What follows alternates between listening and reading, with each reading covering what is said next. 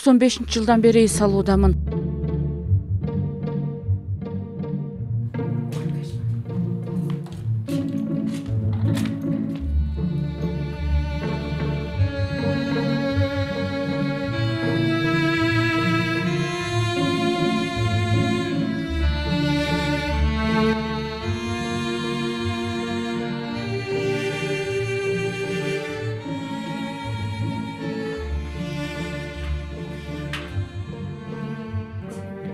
Меш толду окшойт.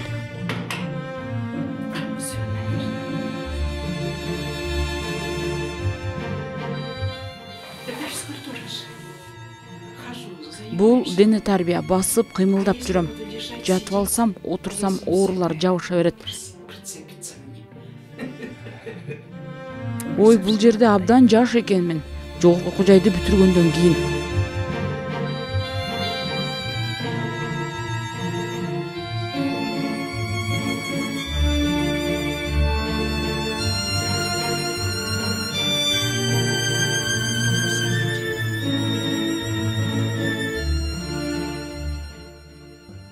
Бул неберем. Мен дайыма бир нерсе кылам, бир нерсе менен алек болом. Ошондуктан менин эскерүү менен жашаганга убактым жок. Бирок апам менен атамды эстейм. Мен алардын жалгыз кызы болчумун.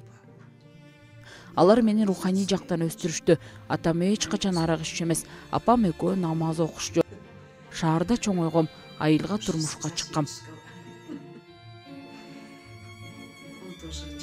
Жолдошум экөөбүз колледжди бүтүп баш коштук. Андан кийин ал юридикалык факультетке өттү. Окуусун бүтүп жакшы иштеди. Бирок укук коргоо органдарына барар замат ич баштады. Ошондон кийин укук коргоо органдарынын кызматкерлерин жаман көрүп баштадым. Когда слушаешь проблемы каждого, а у каждого есть проблемы в пожилом возрасте. Аргимдин көйгөйүн угуп, карганда аргимдин көйгөйү бар болот экен. Окуу жайларда илимий иш алып барууда, студенттер менен, мугалимдер менен, калк менен баарлашууда топтогон тажрыйбаны колдонуу керек. Эл менен баарлашуу тажрыйбам, алган билимим азыркы ишиме жардам берип, ар кимге жекече мамиле жасап, улгайган адамдардын көйгөйүн аларга кеңеш берүүдө жардам берет. У кого есть проблема?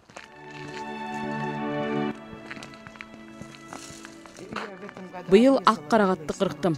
Бул Гилиастын өскөнү, а бул менин Маленам. Бүтөө иштерин жазында кылам.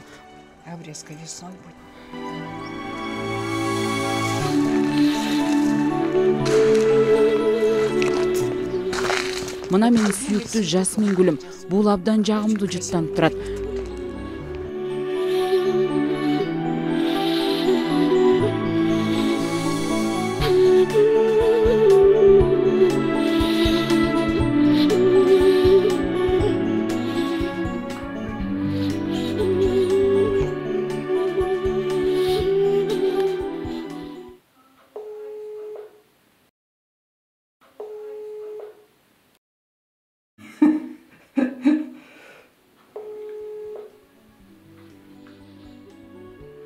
Кандай? Жакшы. Келем азыр.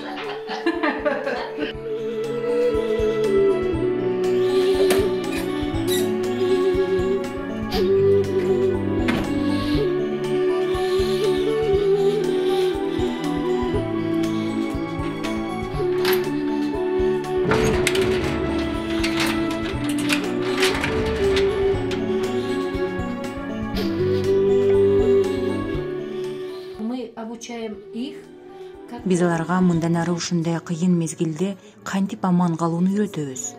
Болгон азыр мамлекеттен жардам, колдоо ала албай жатам. Чынында эле карылар арасында кадырдык ресурстар көп. Чеберлик, чоң тажрыйба, билим менен үйдө отурушат. Не удел сидят дома.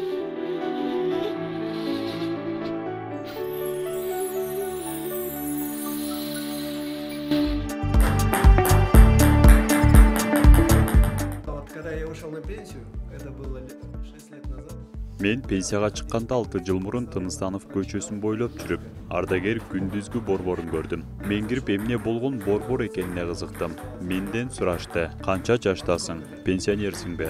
Мен ооба пенсионермин. Борбордун жашоосуна активдүү катышкым келет деп жооп бердим.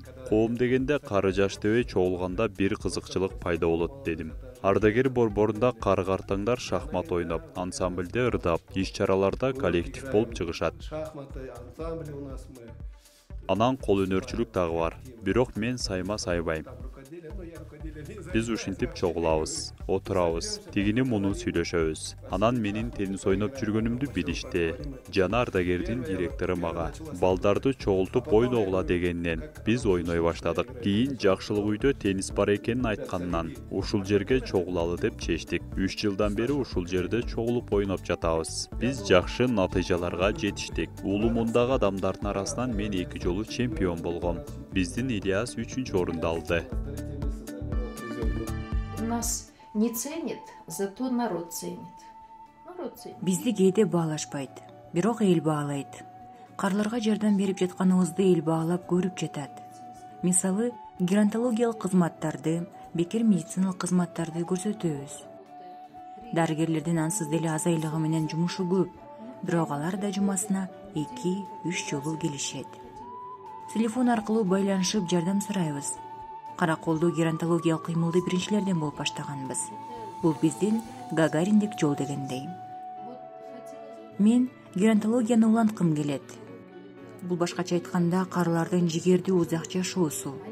Алар жумушка ээ болгусу келет, өз борборун, мекемеси болгусу келет, тежеп кеткен учурда келип, жан дүйнөсүн тынчтандырып.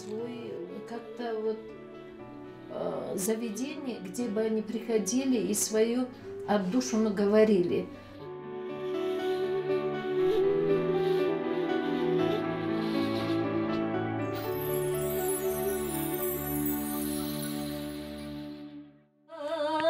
Төгүлүн жыттап сайраган, азайын көчөп кусалык, алсызмын жипсиз байланган. Ансайын көчөп кусалык, алсызмын жипсиз байланган. Бул жерде үйдө эригип отуруп чакты, бул жерден өзүңдүн көңүлүң ачык, жасаган иштерге кызыгасың, алаксыйсың дегендей. Ардагер эң биринчи общение орусча сүйлөп, бири-бирибизди таанышып, бири-бирибизде опыт алмашып дегенде момундайларда бири-бирибизге үйрөтүп, негизи жакшы организацияда биз үчүн, ардагерлер үчүн. Көңүл ачабыз, шахмат ойнойбуз, антимтебиз, кээде концертте койгон күндөр болду. Өзүбүз мындай репетиция кылып, өзүбүз даярданып, өзгөчүбүз менен дагы ошо жакшы. Мен ыраазымын. Бул деген ушунча адамдарды үйдө жатканын, эчтекени көрбөй аткан кээ бирөө бар да, капа болуп, жалгыз, ушундай жалгыздыкта жашагандардын баарын ушул жерге чоңултуп, баягы таланттарын кээ бирөөнүкүн кадимкидей көрсөтүп, ырдагандарын, кол өнөрчүлүктөрүн, жанакы кийиз менен, курак менен жасагандардын баарын көргөзмөлөргө алып чыгат. Ошондой эле адамдардын, аялдардын баягы көңүлү көтөрүлөт да. Я человек, по сути, как-то активный. Мен чындыгында активдүү адаммын жана менин баардык ишмердүүлүгүм пенсияга чыкканга чейин ушундай болчу. Мүмкүн генетика боюнча мен атама окшошмун. Мен туруктуу жана жигердүү көп нерсеге жетишүүгө аракет кылдым. Кийинчерээк бейөкмөт уюмдар өз максатына жетүүгө, элге керек болуу үчүн баардык билимиңди жана жөндөмүңдү колдоно ала турган резерв экенин түшүндүм. Где можно выкласть, то есть вложить свои знания, навыки для того, чтобы вот достичь своей цели.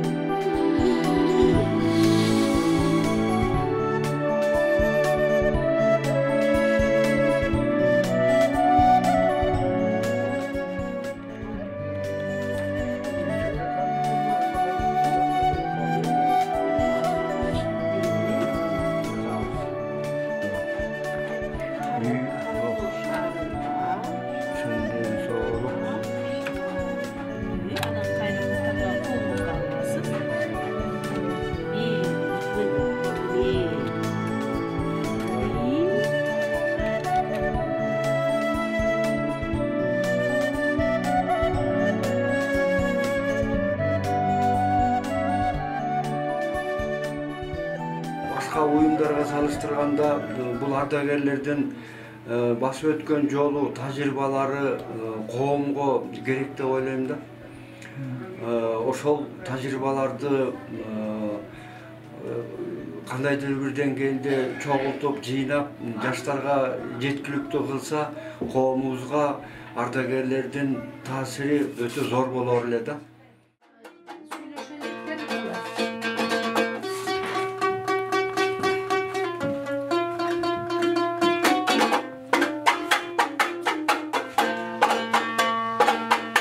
Деген экен. Ой. Бирок бир чет укпаган деле жакшы экен. Эмне сүйлөшүп атканы?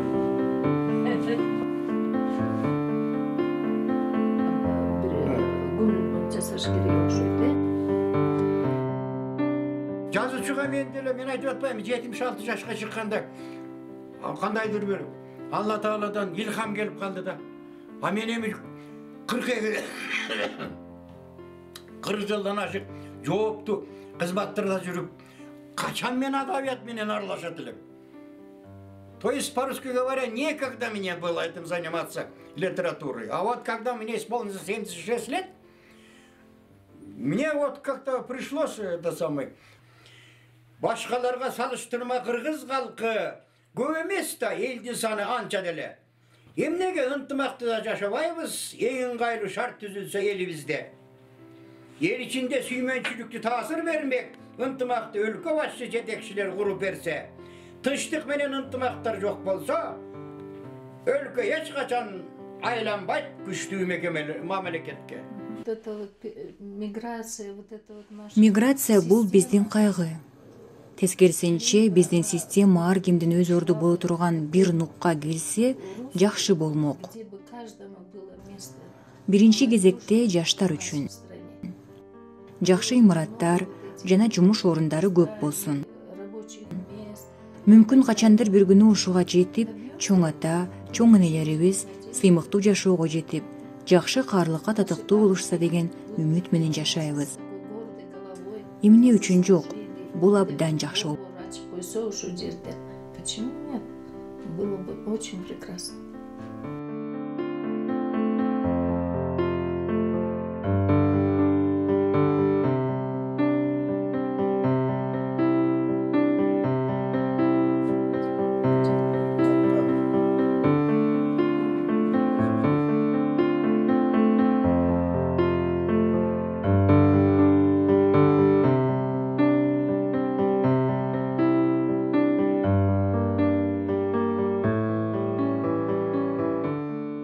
Обидно.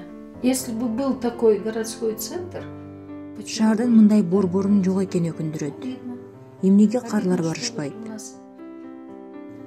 Өкүнүчтүү. Имаратыбыз бар болгону менен кичинекей экен да өкүнүчтүү. Ал эми бул жерге жакын жерде кар картаңдар үчүн юбилейлерин өткөрө турган кафе ачса же жөн эле карлар үчүн медициналык пункт ачса жакшы болмок. Алар ыраазы болушмак. Бул мамлекеттин карларга болгон камкордугу болмок. Тилекке каршы биз буга жете албай жатабыз. Но, к сожалению, этого пока мы не добились.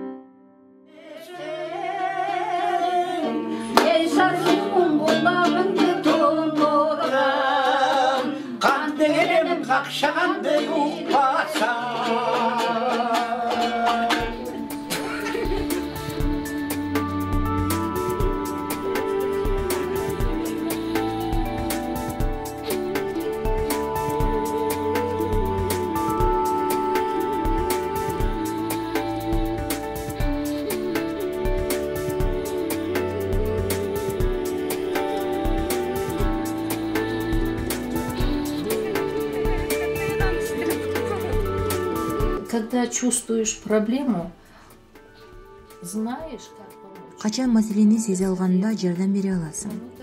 Бирөөнө кеңеш менен, бирөөнө конкреттүү гуманитардык жардам менен, бирөөнө юридикалык жардам көрсөтөсүң.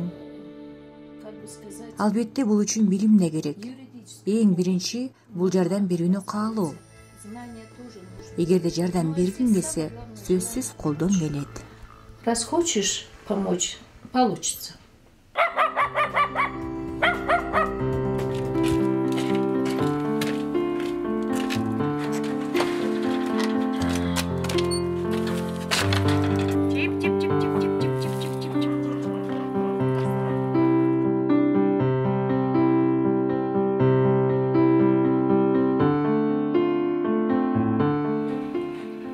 После этого, да, Жолугушуудан кийин ооба баарлашуу бар да бир нерсе кылабыз, позитивдүү маанай менен үйгө кайтабыз.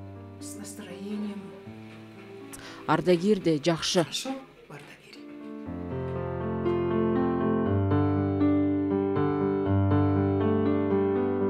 Өмүр ишканасы жарандардын өмүрү менен камсыздоо максатында учуп ташуучу оонун алды.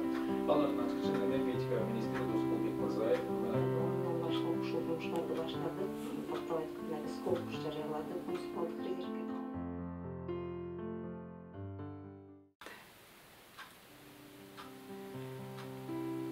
Есть трагедия. Трагедия болот, комедия да болот. Жалгыз жашайсың деген таарыныч бар. Пустоту заполняет. Боштукту,